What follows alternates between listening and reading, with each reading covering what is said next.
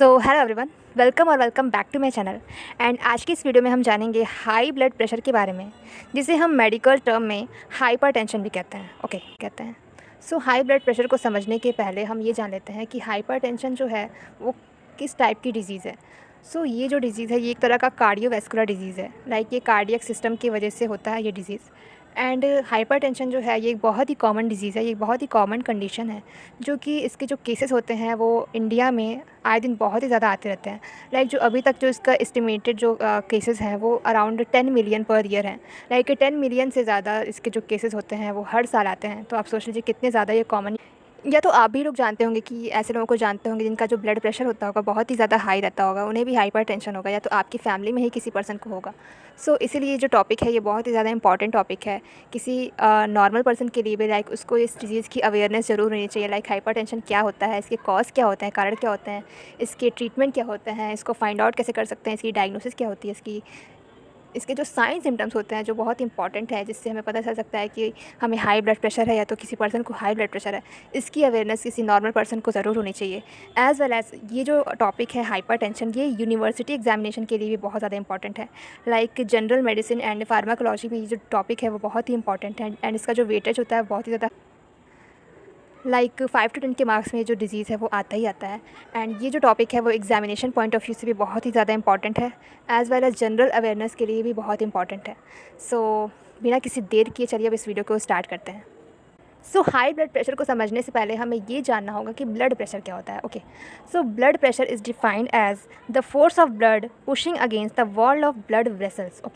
Blood vessels पे जो blood अपना फोर्स एग्जर्ट करता है, जो फोर्स एग्जर्ट करता है, वो जो प्रेशर डालता है ब्लड वेसल्स में, तो उस फोर्स को हम ब्लड प्रेशर कहते हैं। एंड यही जो फोर्स है जब वो एलिवेट हो जाता है, मीन्स इंक्रीज़ हो जाता है, तो उस कंडीशन को हम हाई ब्लड प्रेशर कहते हैं। इसकी जो नॉर्मल वैल्यू होती है अगर वो उससे ज़्यादा हो जाती है तो उस कंडीशन को हम हाई ब्लड प्रेशर कहते हैं या तो हाइपरटेंशन कहते हैं। ये जो था इसका जो नॉर्मल इंट्रोडक्शन था। एंड अब हम लोग जान लेते हैं कि हाइपरटेंशन का डेफिनेशन क्या होता है। Hypertension also known as high blood pressure is a long term medical condition. Means ये एक तरह का लॉन्ग टर्म मेडिकल कंडीशन है। ये एक्यूट कंडीशन नहीं है। हमें तुरंत नहीं पता चल जाएगा कि किसी पर्सन का जो बीपी है वो बहुत ज़्यादा हाई है। ये जो कंडीशन है वो ग्रेजुअली डेवलप होती है।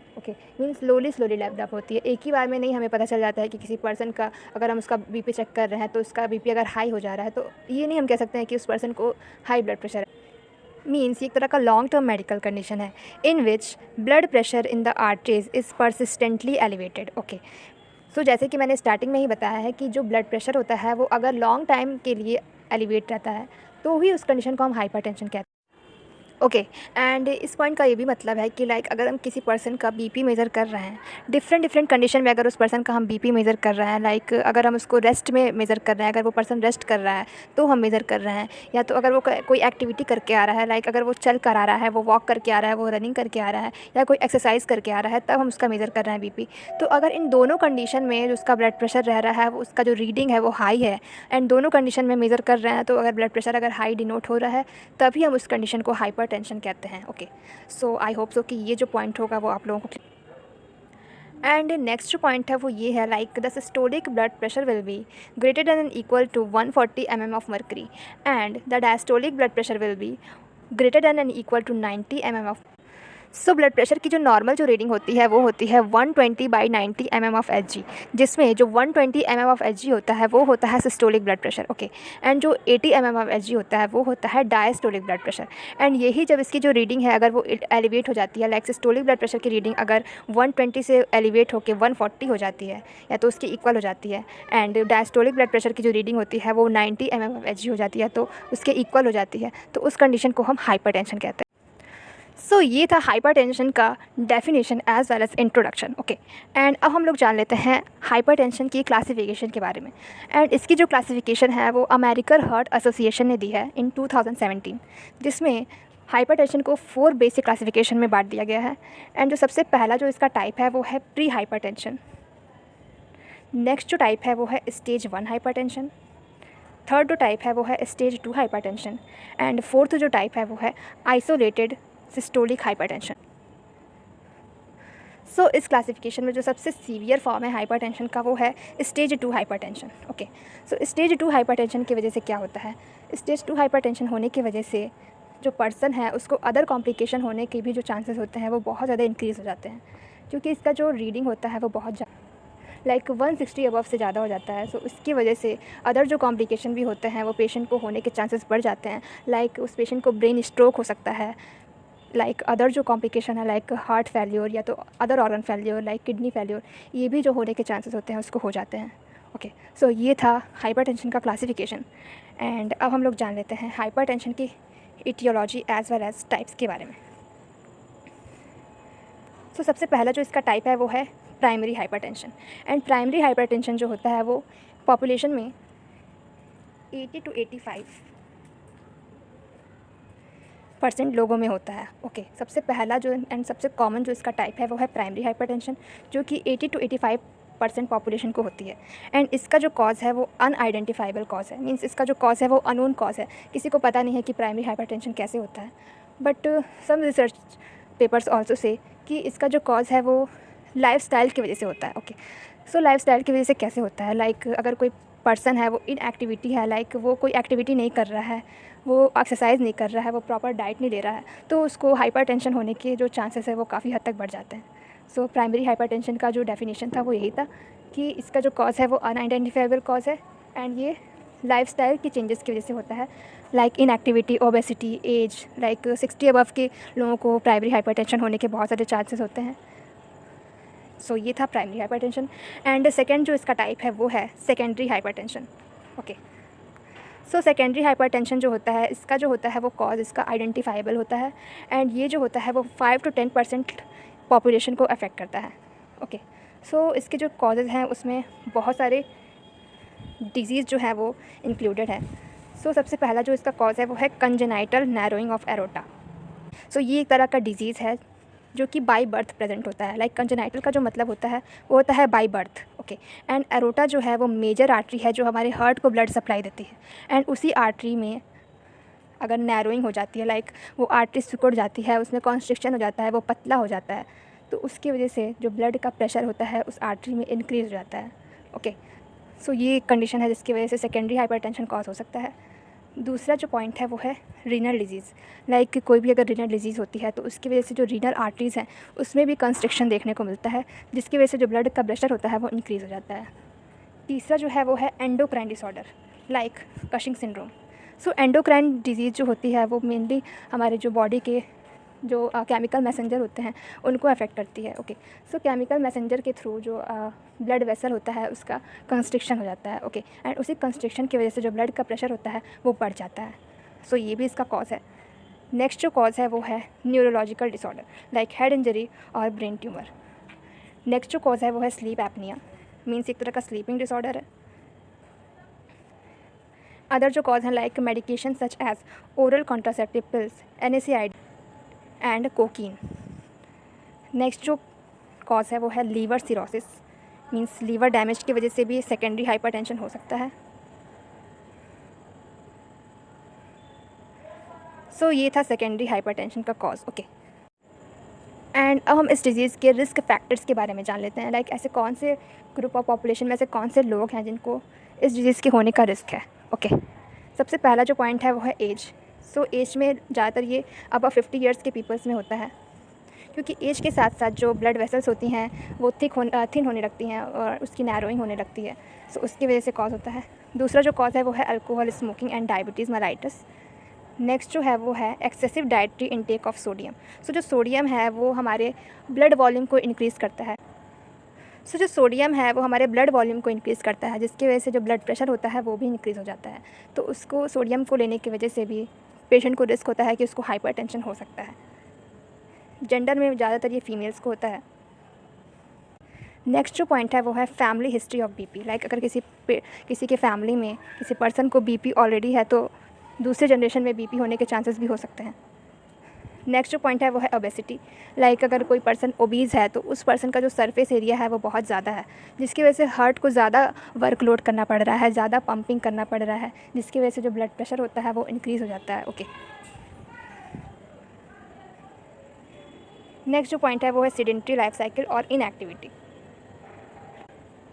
लाइक कोई पर्सन है वो एक्सरसाइज वगैरह नहीं करता है तो उसको भी हाई ब्लड प्रेशर होने के चांसेस हो जाते हैं। एंड स्ट्रेस के भी कारण हाई ब्लड प्रेशर होने के चांसेस होते हैं। सो ये था हाई ब्लड प्रेशर का रिस्क फैक्टर। ओके, एंड अब हम लोग जान लेते हैं हाई ब्लड प्रेशर के क्लिनिकल फ़ीचर के बारे में। अगर किसी पर्सन को हाई ब्लड प्रेशर हो गया है तो उसके कौन कौन से क्लिनिकल फ़ीचर, ऐसे कौन कौन से सिम्टम्स आते हैं बॉडी में, उसके बारे में हम जान लेते हैं। क्लिनिकल फीचर में सबसे पहला जो पॉइंट है वो है सीवियर हेडेक। उस पेशेंट को बहुत ही ज़्यादा सीवियर हेडेक होगा। एंड दूसरा जो पॉइंट है वो है ब्लड विज़न, उसे धुंधला दिखाई देगा। ओके, क्लियर उसका जो विज़न होगा वो क्लियर नहीं होगा, थोड़ा ब्लर होगा। तीसरा जो पॉइंट है वो है डिजीनेस, मीन्स उस पेशेंट को चक्कर भी आएंगे। एंड नेक्स्ट जो पॉइंट है वो है nausea and vomiting. Okay, and next जो पॉइंट है वो है कन्फ्यूज़न, उसका जो साइकोलॉजी होगा थोड़ा अल्टर्ड हो जाएगा, तो उसकी वजह से उस पर्सन को कन्फ्यूज़न होगा। ओके, एंड नेक्स्ट जो पॉइंट है वो है एपिस्टैक्सिस, जिसे हम नोड्स ब्लीडिंग भी कहते हैं। ओके, सो ब्लड प्रेशर की वजह से जो आर्टरीज एंड वेन्स में जो ब्लड का प्रेशर होता है वो बहुत ही इंक्रीज़ हो जाता है। ओके, तो उसकी वजह से प्रेशर इंक्रीज़ होने की वजह से ब्लड को कहीं ना कहीं बाहर आने के लिए ये जो प्रोसेस होता है वो अक्कर होता है। एंड नोज़ से खून निकलता है, नोज़ ब्लीडिंग भी होती है उस पर्सन को। ओके, एंड उस पर्सन को चेस्ट पेन भी होगा। ओके, क्योंकि कहीं ना कहीं जो हमारा कार्डियोवैस्कुलर सिस्टम है वो इन्वॉल्व हो रहा है, तो उसकी वजह से चेस्ट में भी पेन देखने को मिलता है। और कहीं ना कहीं उस पेशेंट का रेस्पिरेटरी सिस्टम भी इन्वॉल्व है, इसीलिए शॉर्टनेस ऑफ ब्रेथ देखने को भी मिलती है। एंड इर्रेगुलर हार्ट बीट, जिसे हम एरिथमिया भी कहते हैं। ओके, सो ये सारे जो साइंस एंड सिम्टम्स होंगे उस पेशेंट के अंदर आएंगे। सो ये था clinical feature of hypertension. And अब हम लोग जान लेते हैं diagnostic evaluation of hypertension. Okay, so diagnose कैसे करेंगे, इस डिजीज़ को हम फाइंड आउट कैसे करेंगे। तो सबसे पहले हम हिस्ट्री करेक्शन करेंगे पेशेंट का, एंड उस पेशेंट का फिजिकल एग्जामिनेशन करेंगे। नेक्स्ट जो हम करेंगे वो मेडिकल हिस्ट्री लेंगे उस पेशेंट की, उसे पास्ट में कोई ऐसे मेडिकल डिजीज़ हुई थी या नहीं, हम ये इंश्योर करेंगे। एंड डायबिटीज़ मेलाइटिस के बारे में भी जानेंगे, क्योंकि डायबिटीज़ मेलाइटिस जो है वो एक तरह का रिस्क फैक्टर है हाइपरटेंशन के लिए। एंड देन हम लैबोरेटरी टेस्ट में हम सीबीसी कराएंगे, कंप्लीट ब्लड काउंट कराएंगे उस पेशेंट का। एंड जो इस डिज़ीज़ का जो स्पेसिफिक टेस्ट है जिससे हमें पता चलता है कि उस पेशेंट को हाइपरटेंशन है वो है ईसीजी। ईसीजी इस डिज़ीज़ का स्पेसिफिक टेस्ट है। ओके, जो इसका मेन टेस्ट है वो है ईसीजी। सो ये था डायग्नोसिस ऑफ हाइपरटेंशन। एंड अब हम लोग जान लेते हैं इस डिज़ीज़ के मैनेजमेंट के बारे में। मैनेजमेंट हम इस डिज़ीज़ में दो तरह से देख सकते हैं, by lifestyle modification and via medication. Okay, so दो तरह से देख सकते हैं। तो लाइफस्टाइल मॉडिफिकेशन में हम पेशेंट का वेट रिडक्शन करा सकते हैं, क्योंकि उससे हम एक्सरसाइज कहते हैं, उस पेशेंट को एक्सरसाइज एडवाइस करते हैं, जिससे उसका जो वेट होता है वो रिड्यूस हो जाता है, तो उसकी वजह से ब्लड प्रेशर भी कम हो जाता है। ओके, उसकी डाइट में हम कुछ चेंजेस लाएंगे, हाई सोडियम डाइट उसको हम नहीं खाने को बोलेंगे, लो सोडियम डाइट हम उसको एडवाइस देंगे। अल्कोहल को हम रिड्यूस कराएंगे, अगर वो अल्कोहल इनटेक करता है तो उसे हम ये सजेशन देंगे कि वो अल्कोहल ना ले। उस पेशेंट को हम एक्सरसाइज एडवाइस करेंगे, एज़ वेल एज अगर स्ट्रेस की वजह से हाइपरटेंशन हो रहा है तो स्ट्रेस मैनेजमेंट भी हम कराएंगे। सर्टेन मेडिटेशन अगर हम उसको एडवाइस करेंगे, मेडिटेशन की वजह से भी जो स्ट्रेस है वो काफ़ी हद तक कम हो जाता है। सो ये सारे जो एडवाइस हम उस पेशेंट को देंगे, एंड उसके लाइफस्टाइल में चेंजेस लाएंगे, मॉडिफिकेशन लाएंगे। ओके, जिससे जो हाइपरटेंशन होगा वो ट्रीट भी हो जाएगा। नेक्स्ट जो है वो है मेडिकेशन। कुछ मेडिकेशन की वजह से भी हाइपरटेंशन का ट्रीटमेंट होता है, डायूरेटिक्स क्या है? डायूरेटिक्स एक तरह का मेडिकेशन है जो कि हमारे यूरिन आउटपुट को बढ़ाता है, जिससे जो यूरिन का प्रॉपर एक्सक्रीशन है वो होता है, एंड उसकी वजह से जो ब्लड वॉल्यूम है वो कम हो जाता है बॉडी में। एंड ओके, ब्लड वॉल्यूम के कम होने से ब्लड प्रेशर भी रिड्यूस हो जाता है। इसमें दो मेडिकेशन देते हैं, क्लोरोथियाजाइड एंड फ्यूरोसेमाइड। ये जो दो मेडिकेशन है वो बहुत इंपॉर्टेंट है, एंड ये एक तरह का डायूरेटिक्स है। दूसरा जो ग्रुप ऑफ ड्रग है वो है beta blocker, alpha blocker and alpha beta blocker. ये जो ग्रुप ऑफ ड्रग हैं वो हमारे हार्ट के वर्कलोड को कम करता है। ओके, जो वेसल्स होती हैं, जो कॉन्स्ट्रिक्ट होती हैं, उसको वो डायलेट करता है, एंड जो हार्ट का जो एक्स्ट्रा वर्कलोड होता है उसको वो कम करता है। बीटा ब्लॉकर में हम देते हैं एटिनोलॉल एंड प्रोपेनोलॉल। ओके, ये सारे जो बहुत ही कॉमन मेडिकेशन है। एंड अल्फ़ा ब्लॉकर में हम देते हैं प्राजोसिन। ओके, नेक्स्ट जो है वो ड्रग वो है वेसोडायलेटर। वेसोडायलेटर क्या काम करता है? वेसोडायलेटर जो वेसल्स होती हैं, जो ब्लड वेसल्स होती हैं, उनको डायलेट करता है। जो ब्लड वेसल कंस्ट्रिक्ट हो जाती हैं उसको वो डायलेट करता है। सबसे कॉमन जो वेसोडायलेटर है वो है नाइट्रोग्लिसरीन, जो कि बहुत ही कॉमनली यूज़ होता है, एंड सोडियम नाइट्रोक्लोराइड भी यूज़ होता है एज ए वेसोडायलेटर। नेक्स्ट जो है वो है AC इनहिबिटर।